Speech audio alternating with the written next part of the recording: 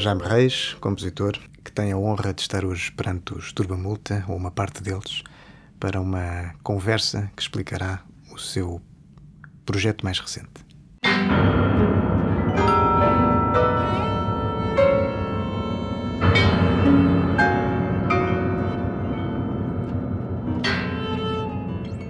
Estamos aqui para falar de um novo projeto, os Turba Multa, que tem, enfim, 3 membros na sua fundação, que já trabalharam juntos em muitas ocasiões, com 2 membros que hoje, infelizmente, não podem estar presentes. E hoje vamos ouvir e falar sobre este projeto, a sua gênese, uma surpresa que deixaremos para o final, uma novidade, e faz todo sentido começar por saber com quem estamos. E eu pedi aqui ao Eduardo que fizesse o favor de começar. Pronto, como já se percebeu, chamo-me Eduardo e eu toco harpa e por vezes daxofone aqui na Turba Multa. Daxofone e não saxofone, mas se calhar depois já lá voltamos. Isso era uma das minhas perguntas, já, que é uma curiosidade extraordinária, com certeza. Iremos ao daxofone. Está bem. Eu sou a Joana Sá, sou pianista, compositora e um dos membros da Turba Multa. O Luís José Martins, um guitarrista, também divide algum material com a eletrónica neste projeto. E falta-nos aqui, na nossa presença... Falta-nos aqui o Luís André Ferreira, violoncelista, e que também usa alguma eletrónica, e o Nuno Aroso, percussionista. Começamos por aqui. Vocês, um toca harpa e saxofone, a outra só disse que tocava piano, mas eu acho que também tem outras intervenções, não é, Joana? Tens outras coisas neste projeto, ou não? Tenho só... Neste projeto não tenho assim tantas coisas como consegui delegar alguma da quinquilharia que eu costumo usar. Este legado maior de músicos, são 5, então consegui usar menos coisas, mas eu uso... Neste grupo, o que eu usei para este disco foram mais objetos, props e alguns instrumentos pequeninos associados, mas acho que talvez de uma forma mais reduzida do que se calhar no Power Trio, em termos de... O Power Trio, que é um grupo fundado em 2007, longa história, com os 3 fundadores e membros. Eu acho que foi em 2006. 6, 7, quem é que está a contar? Bom, para dar uma ideia de facto do que é que estamos aqui a falar, então vocês de facto tocam juntos há muito tempo, tocam numa base, enfim, que está ligada a muitas áreas, com a improvisação e com uma vasta experiência que cada um de vocês tem no seu instrumento e nas linguagens por onde têm passado, e agora tem um projeto de facto novo, que é disso que estamos aqui a falar, com estes 2 membros. E quem é que vai explicar assim um bocadinho?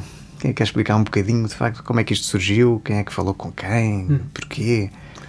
A vontade de termos um ensemble mais alargado, além do trio, que já é um trabalho longo, já é antiga. Mesmo se calhar à nascença do Power Trio já havia a vontade de trabalharmos com ensembles maiores. A verdade é que o Power Trio surgiu como um laboratório inicial também para as práticas da música improvisada e desta coisa da composição às vezes em tempo real e também da interpretação de música escrita, e fomos adiando um pouco essa vontade de alargar o ensemble, porque também foram surgindo outras oportunidades com o próprio trio e outras coisas paralelas. Entretanto, há 2 anos, há cerca de 2 anos. De repente parece que surgiu a altura de pensar sobre isso.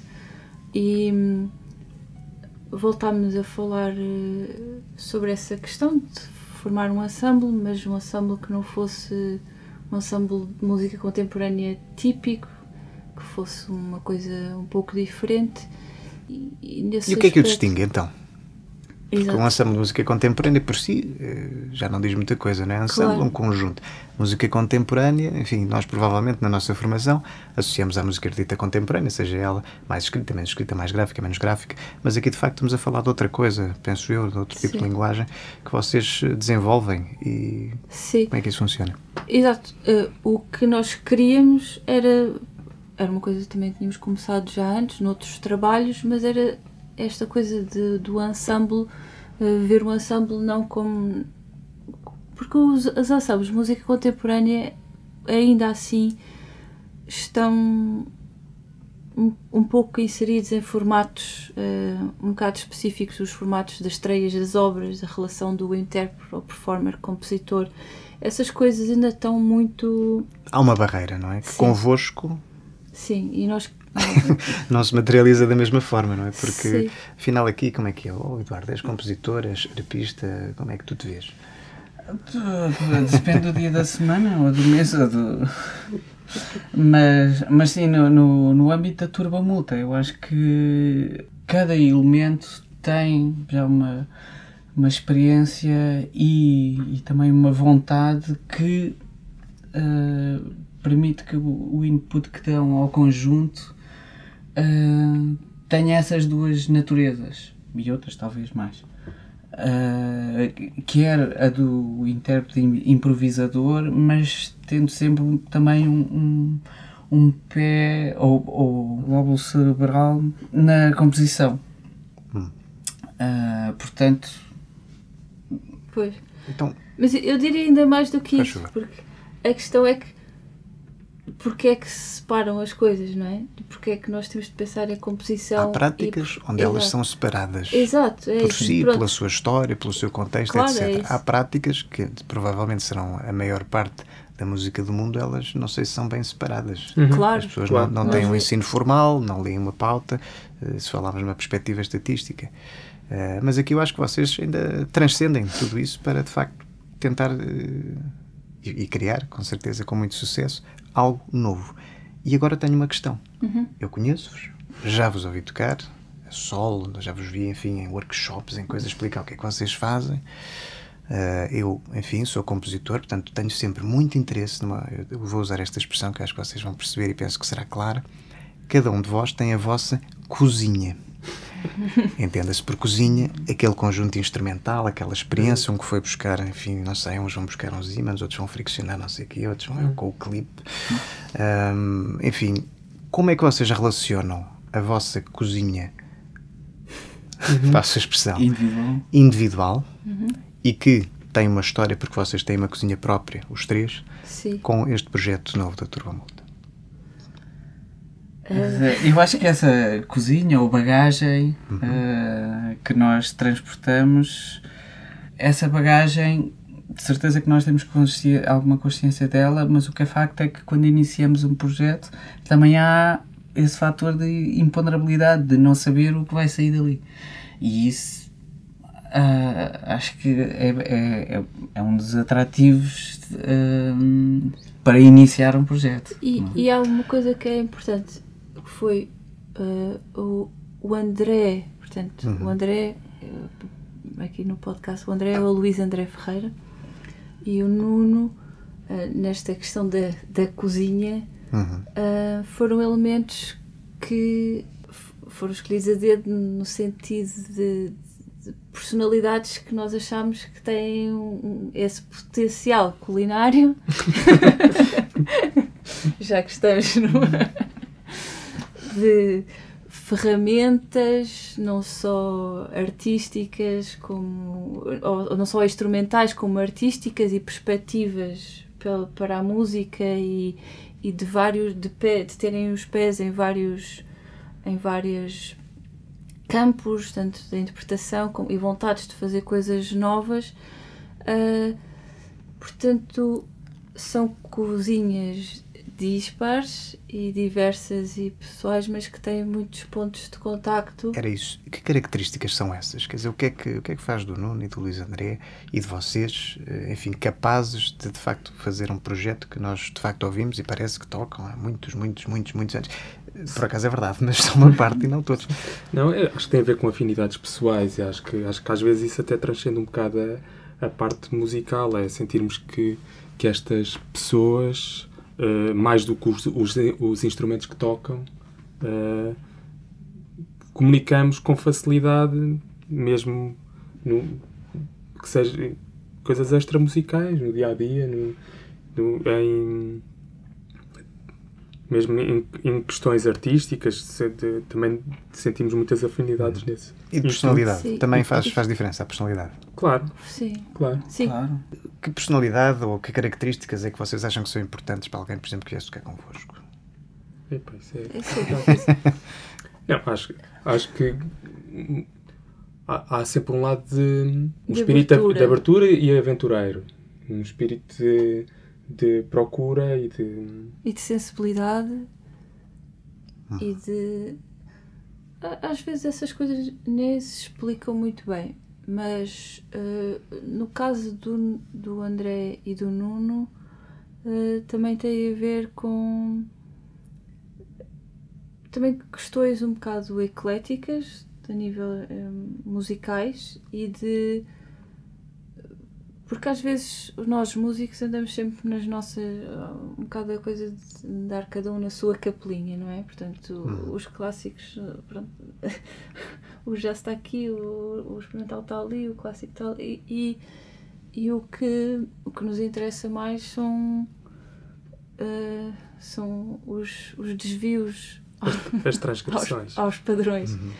E o André e o Nuno são músicos excepcionais e que têm cabeças que gostam de ir para outros lados e de transgredir também algumas questões formais e que às vezes estão tão implícitas e tão invisíveis, mas que se sentem no nosso dia-a-dia, não é? Portanto, tem que ser maroto. É um dos pré-requisitos. Maroto. É marotice. E, portanto, este é para cortar. Não estava à espera desta. Que se maroto. Vou respirar fundo e juro que me concentro para fazer uma pergunta séria. Isto não é possível.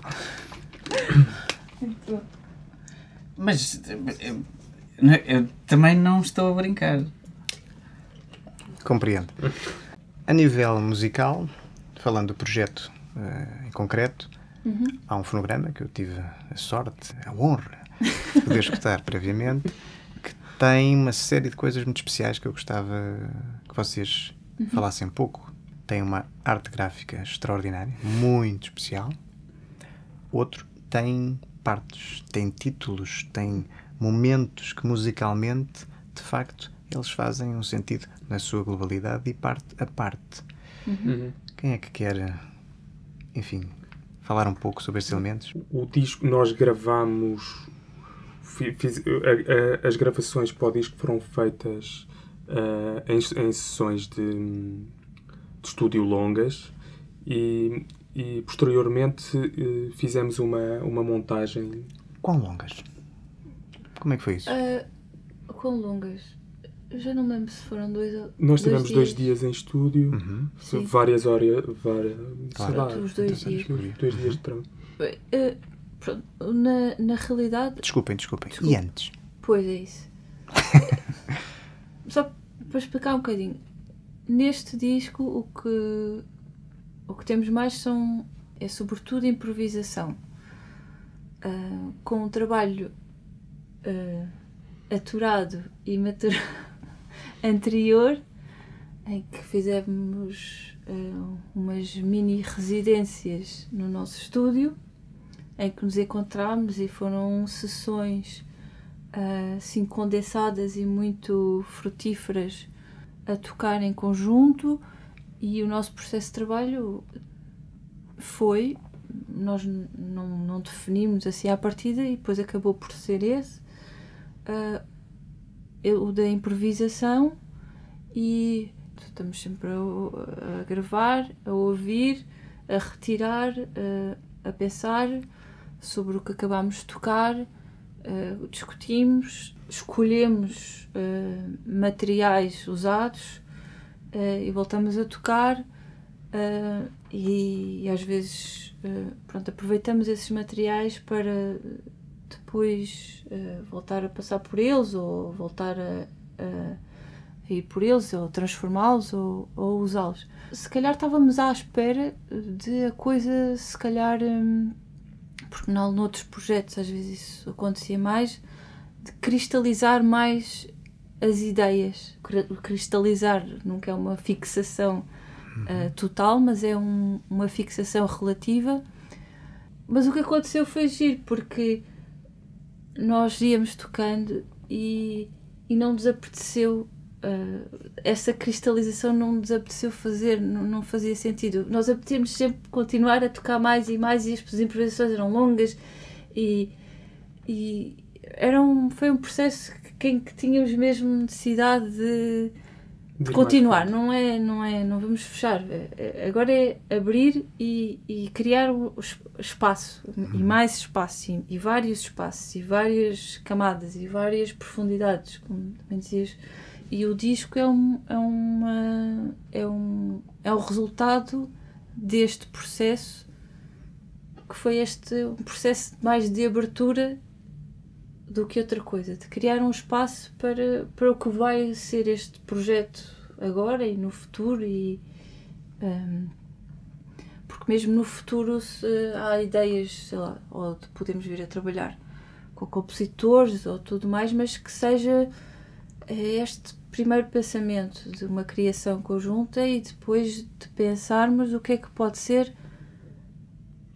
esta criação contemporânea mesmo com compositores, o que é que pode ser esta relação, o que é que poderá ser também, mas a partir também da nossa própria criação. Não sei se querem acrescentar alguma coisa sobre este elemento estrutural, se gostavam de comentar alguma coisa sobre a parte gráfica, enfim, do disco. No fundo, o disco como, enfim, o fonograma, como eu prefiro dizer, porque estará disponível, penso eu, não é? Em várias plataformas. A parte gráfica é curioso que menciones, porque para nós também foi um ponto charneira, porque nós gravámos e montámos, por assim dizer, este puzzle sonoro, e misturámos, e só um bocado mais tarde, depois de algum tempo de bloqueio, em que estávamos à procura, quer ou do nome para o disco, ou do nome para cada tema, por assim dizer, ou parte do disco, e foi um processo cheio de obstáculos, e que foi de alguma forma desencravado precisamente pela imagem que é a capa. Que é? Que é uma pintura de um pintor norte-americano, que é o Bo Bartlett.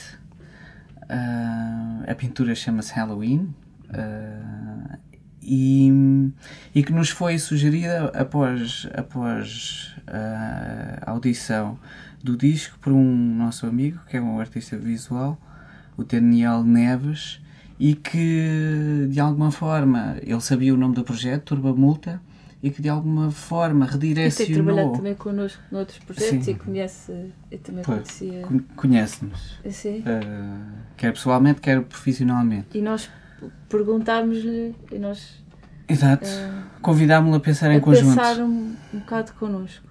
O que é que poderia ser? E foi muito curiosa a associação dele de direcionar essa ideia de turba multa, de turbulência, de multidão, para um universo associado à infância. E que aí, se calhar, e que para nós também se fez luz de alguma forma, ou fez-nos reolhar aquilo que tínhamos feito e descobrir esse lado que, afinal, esse lado lúdico, despreconceituoso de brincar que os miúdos têm, mas também às vezes ou irascível ou abrupto ou subversivo, ou para utilizar uma palavra que já utilizámos, maroto. De alguma forma foi um ponto de charneira para efetivamente acabarmos o cozinhado. Tenho uma pergunta, tem a ver com a vossa prática musical em geral, na vossa vida, neste caso particular. Utilizaste uma palavra particular que foi tema, e depois disseste ou parte, no sentido da reprodutibilidade, que pode não ser importante, mas que pode valer a pena discutir. Quando nós temos um tema, temos que ir, se calhar, aqui um bocadinho antes, perceber que a improvisação não é uma coisa, a improvisação é uma prática que está basicamente associada a praticamente todas as práticas musicais. Sim. Seja ela na música escrita, na música não escrita, seja ela na música erudita, enfim, que normalmente também é tendencialmente escrita, ocidental, não ocidental. Mas o tema da reprodutibilidade, que enfim no século XXI, basicamente há mais de 100 anos que já não é bem um assunto porque há um disco e daí estamos aqui a falar, mas tenho essa curiosidade. Vocês, enfim, hoje estamos aqui e daqui a 60 anos, claro que estaremos aqui todos também a conversar, mas imaginemos que devem assim uns jovens e que gostavam de pegar no vosso trabalho, gostavam de fazer algo, uma reencarnação, de o reproduzir. Como é que vocês veem isso? Acham que isso era possível? Como? O que é que... Acho faria se calhar, sentido? Não faria? Pois, a questão é, se é possível ou não é possível, pronto, se calhar até a um certo ponto pode ser possível, até outro ponto não é possível, mas será que isso faz sentido? Essa é a minha pergunta. A questão é essa. E aí eu acho que não faz sentido. Porque estamos a falar de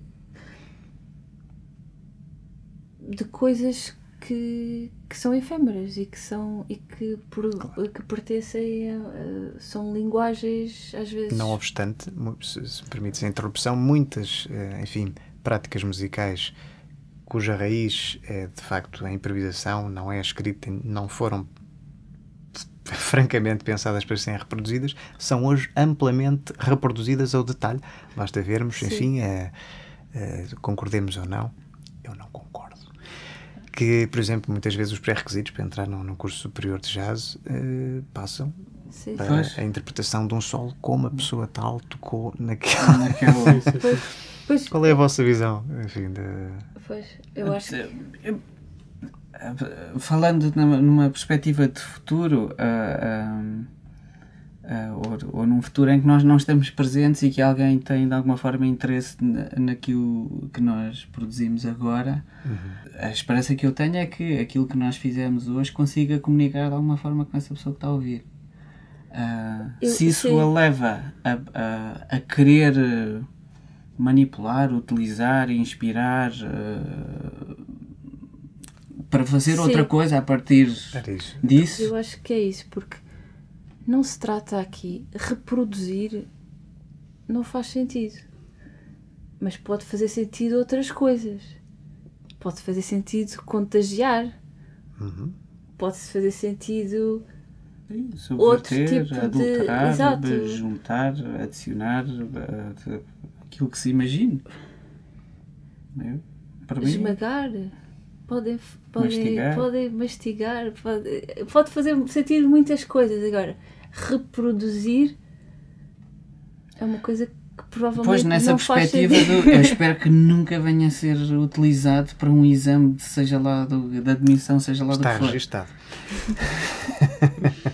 Vemos isso como uma coisa positiva. Bom, falámos aqui de várias coisas, falámos um bocadinho da origem, enfim, do grupo, do vosso trabalho, enfim, desta questão do fonograma, mas há assim uma história que eu não sei se posso perguntar, que tem a ver com a origem de como vocês se conhecem, enfim, aqui os 3 e depois também os 5. Esse é comigo. Pois, o L comum é mais comum é a Joana. Sim. Então, esse é num dos elementos, é um aspecto, é uma história mais engraçada, curiosa e deve ser trazida para aqui. É que eu e o André... O Luís André. Pronto, o André, já sabem que é o André. Já tocámos juntos durante muito tempo em andanças muito diferentes, instrumentos muito diferentes e pronto, em palcos muito diferentes e contextos muito diferentes. Então, nós tínhamos uma banda na nossa adolescência, portanto, dos 13 aos 19 anos tínhamos uma banda que se chamava Pinhead Society e eu tocava baixo e o André tocava guitarra elétrica. E estávamos longe de algum dia supor que um dia íamos fazer um projeto destes. Até porque eu já tocava piano na altura, mas o André o André começou a tocar muito tarde, aos 18, aos 19 anos. Ele foi assim um fenómeno da natureza. Ele começou a tocar muito tarde e é um dos grandes violoncelistas que temos aí. E ele acaba por ter um bocado... Nós temos todos essa coisa em comum, ou seja... E o Nuno também um bocadinho, mas de outra forma, que temos todos formação clássica, como o Emanuel. E... Imagino que não estejas a falar do Emanuel Nunes. O Emanuel Nunes também. Claro. Não sei se ele terá tido formação clássica, o Emanuel Nunes. Teve, essa eu asseguro. Mas aí é que está a questão para mim que é curiosa. Portanto, vocês têm um percurso em que estudaram mesmo a fundo repertórios exigentes, enfim, concursos superiores. Sim, há um ponto comum, talvez, um bocadinho, a Escola Superior de Artes Aplicadas, em Castelo Branco, pronto, também passaram de alguma forma. Sim, mas esta questão também de termos estas... Todos nós tivemos outras... Também tivemos noutras músicas. O André e eu tínhamos esta banda e tivemos um percurso super intenso na adolescência. De tocar, nós tocámos muito e tocávamos em festivais e em coisas importantes para uns miúdos entre os 13 e os 19 anos. Aquilo foi a loucura. O Eduardo, aluno da compositora Clotilde Rosa e arpista. É verdade, sim, também, sim, que foi uma das razões para eu começar a tocar harpa, porque sabia que um dos professores de harpa era uma professora virada para a música contemporânea e compositora também. Pronto, isso foi uma e que das também razões. trabalhou muito, enfim, à sua maneira, a ideia de improvisação, não é? Também, o Grupo de Música Contemporânea de Lisboa, sim, uma das fundadoras e com quem tanta experiência tinha, não é? Com Jorge Peixinho, essas coisas. Claro. Isso marca o vosso trabalho? Vale a pena? Faz sentido falar nisso? Sim, claro. Sim, claro. Claro que faz. Eu, por exemplo, relembro a minha experiência no primeiro ano em que estudei com a professora Clotilde, na última audição desse ano, toquei para além de uma peça de repertório, que era o que estava a estudar na altura, mas fiz também uma improvisação com fita pré-gravada e com harpa também, e lembro-me que no final da audição, a falar com a professora, para além daquela coisa da palmadinha nas costas, olha, ótimo, que bom e tal, mas também recebi a crítica construtiva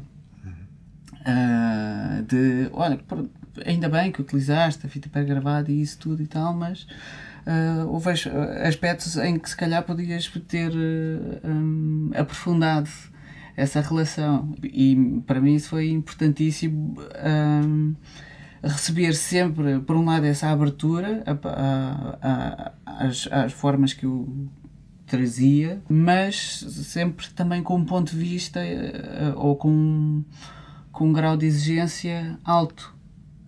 E construtivo. Portanto, para mim pessoalmente foi fulcral ter estudado com a professora Clotilde. Já agora, se quiseres partilhar, enfim, porque temos Não, eu também polarizado aqui a conversa.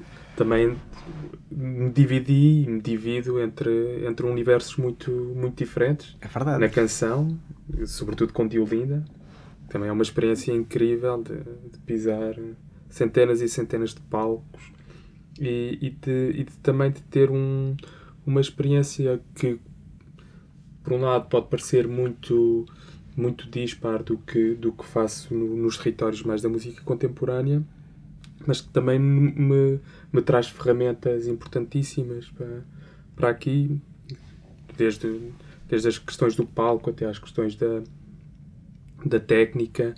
São coisas muito importantes. Foi uma grande aprendizagem. Mas também é engraçado que o Power Trio surge no mesmo ano em que a Diolinda. São dois projetos centrais no meu trabalho, e surgem os dois no mesmo ano.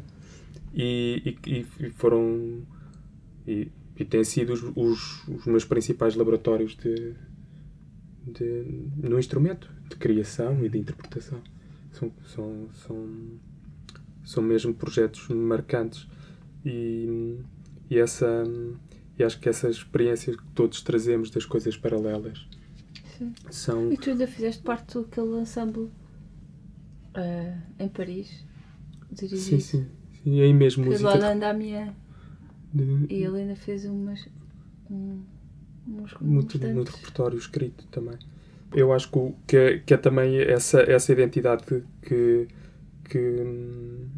e essa vontade de pisar outros territórios que também nos tem trazido a estes projetos e esta vontade de amarotar a cozinha. Permita-me uma pergunta. Não falámos aqui pois era, do então Nuno falámos Aruso, do Nuno e também do André. Falei do rock, mas coitado, ele com deve certeza estar que tem outros percursos. Fazer comissões. E é sempre difícil falarmos, não é, dos colegas e amigos que, enfim, que nós são os dois brilhantes músicos. Naturalmente. O Nuno, um dos mais respeitados percussionistas a nível internacional, com uma experiência incrível, tanto a solo como em ensembles, com muitas estreias. É verdade, eu bem sei que já estreou essas vidas. Mas e tenho o uma André pergunta. também, pronto, Sim. estive aqui a falar mas pronto, o André tem também um trabalho muito importante e tem colaborado com vários ensembles, desde o Som de Arte, a Orquestra de Câmara, tem o Quarteto Lacerda, mas já integrou a Orquestra Gulbenkian, entre várias coisas que eu me terei a esquecer. Permita-me uma pergunta assim estranha. O que é que vocês aconselhariam a alguém que está a ouvir o que vocês fizeram? Por exemplo, permitam-me uma analogia. Sim. É assim, uma analogia bem simples e barata. Boa. Se ouvirmos a Quinta Sinfonia de Beethoven, se calhar pensamos no tema, não é? Que tem aqueles motivos divididos em três partes, etc. Mas há muitas outras coisas a acontecer. Claro. Se tivermos que explicar a uma criança o que é para ouvir, provavelmente começamos por aquele ponto. Olha, esta é a chave, esta é a linha, isto é aqui que te concentras nisto e reparas como se desenvolve, etc. Vocês têm outra prática, outra forma de trabalhar, de pensar. E se quisessem, ou se é que faz sentido fazer esta pergunta, mas o que é que diriam às pessoas para se centrarem, para escutarem? Sim. Eu acho que se é que é preciso fazer algum esforço, se calhar será um esforço de não centrar. Ou seja, de não centrar numa coisa específica, mas ter a abertura para a escuta, deixar-se surpreender de cada vez que aparece alguma coisa nova, ou de cada vez que aparece um duo, ou que aquele material que parece que está no primeiro plano parece que se dilui para um plano secundário enquanto o outro vem ter connosco. E eu acho que é uma coisa muito frequente na nossa música, é essa mutação, quer de papéis, de ser um solista e de passar para um pseudo-acompanhamento ou até para uma textura de fundo, mas de uma forma fluida, por Sim, assim dizer. e eu concordo muito com o que o Eduardo estava a dizer, e Mas não tudo. acrescentaria ainda que é um pensamento musical diferente, não é? Portanto, a falar, e é uma questão, neste caso, é uma questão mais sensorial, é uma experiência. Claro, não estou a dizer que ouvir a Quinta Beethoven não é uma experiência sensorial, claro que é, mas aqui o foco está nessa experiência, e não é uma experiência sensorial, é uma experiência extrasensorial.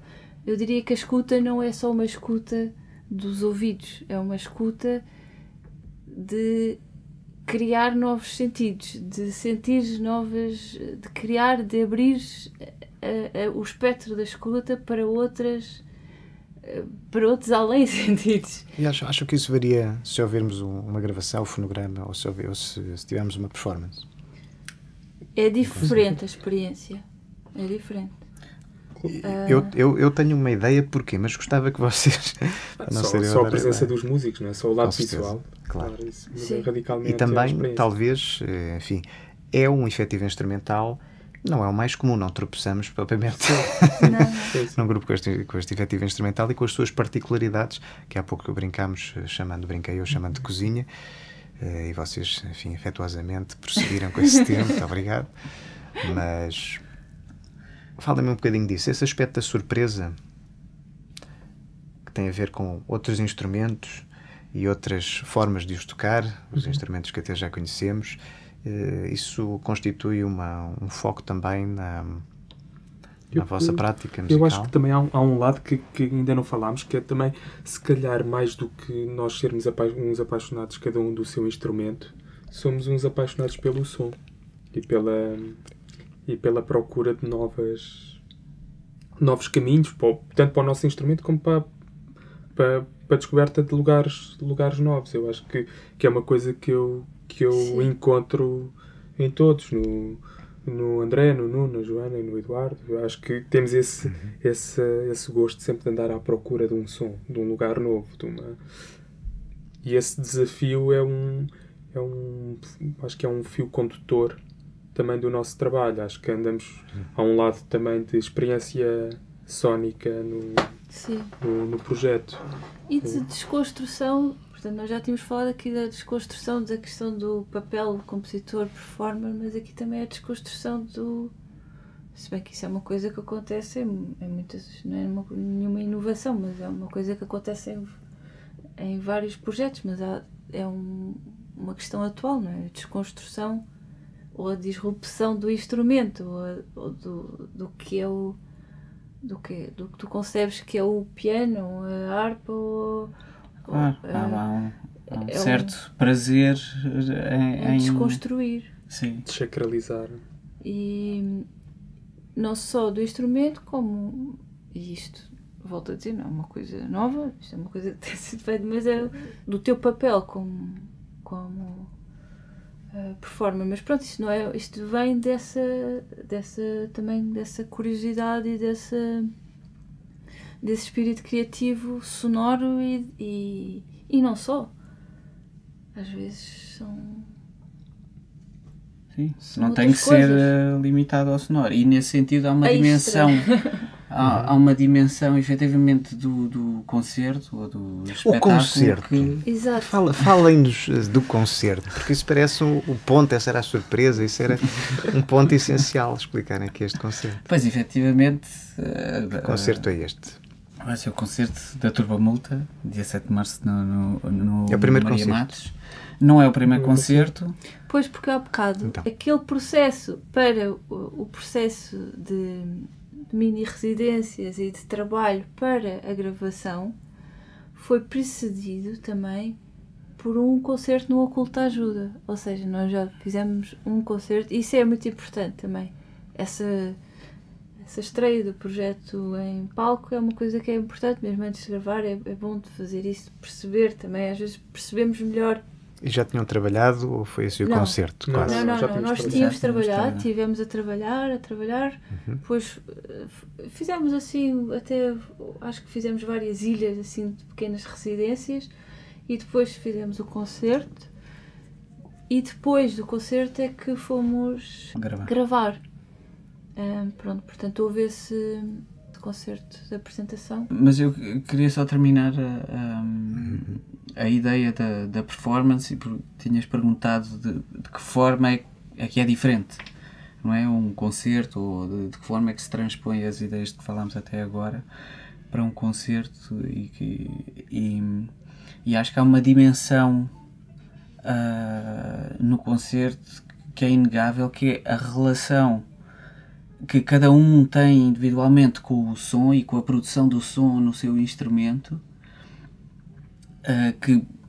que para quem ouve o disco não é evidente, não será evidente, mas quando se assiste será um bocadinho mais evidente. Ligeiramente mais.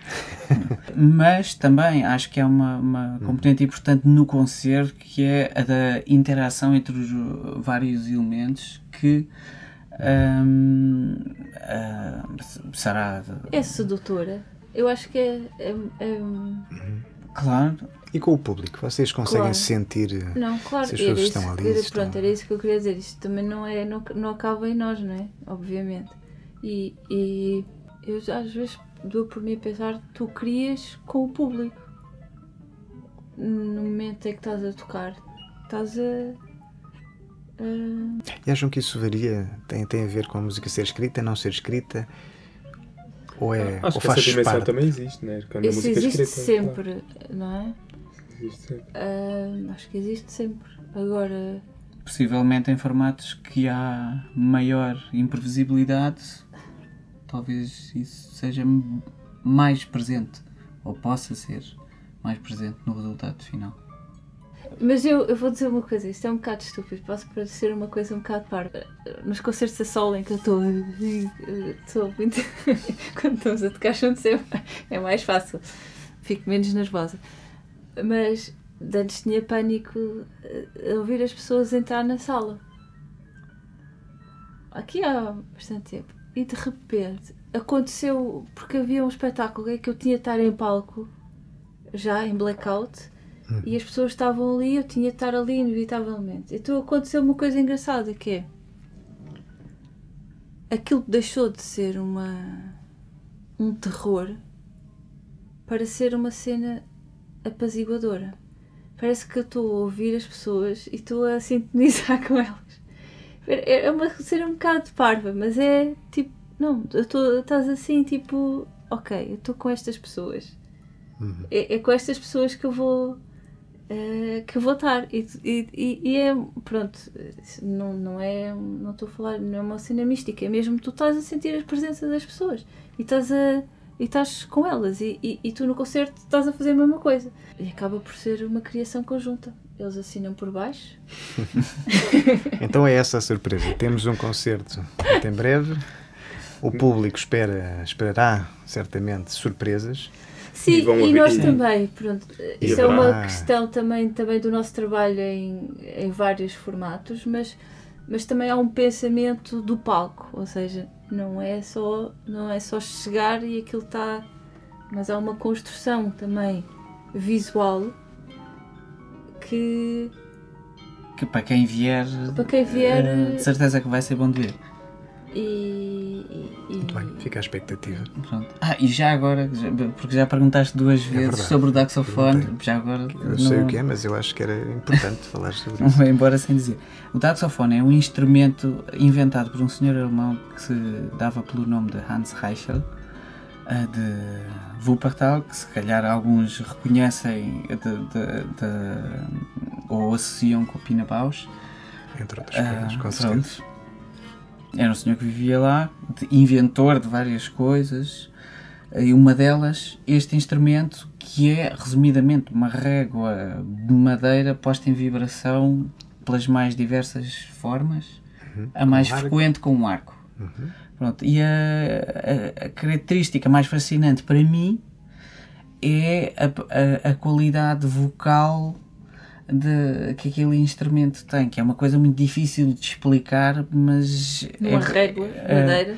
Pois, uma qualidade um vocal. bocado de madeira, às tantas parece que tem entranhas lá dentro também, e está rouco e às vezes esganiça-se. Para mim é absolutamente um instrumento absolutamente fascinante, porque comporta essa emotividade humana sem nunca articular palavras, né? E pronto, e esse animal, porque chama-se Daxophone, porque Dachs em alemão quer dizer texugo, e que aparentemente faz uns sons muito interessantes. Nunca tive o prazer de conhecer nenhum texugo, mas portanto vem daí o nome, e esse animal também estará em palco. Muito bem. Uma de muitas surpresas que podemos ver em concerto, para além de toda a música e a vossa prática que vos acompanha há anos, que estará neste próximo concerto. Obrigado. Obrigado. Obrigada.